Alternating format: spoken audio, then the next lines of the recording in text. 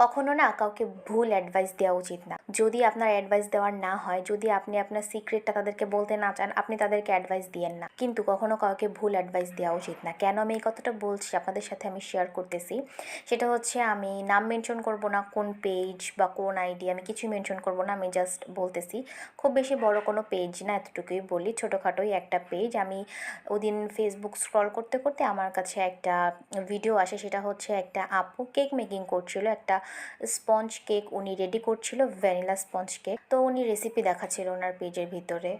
তো আমি দেখলাম যে উনি ওখানে বলতেছে যে উনি যখন মানে ডিমের ভিতরে চিনি দিয়ে সেটাকে বিট করলো। তো বিট করার সময় উনি বললো যে বাকি যেতটুকু চিনি আছে, যতটুকু মেল্ট হয়নি, যেতটুকু চিনি বাকি আছে, অতটুকু চিনি হচ্ছে বেক করার সময় মেল্ট হয়ে যাবে। মানে আমি পুরো অবাক হয়ে গেলাম, যেইখানে একটা চিনির দানাও যদি আস্ত থেকে যায়, গোটা থেকে যায় ডিমের ফোমের ভিতরে,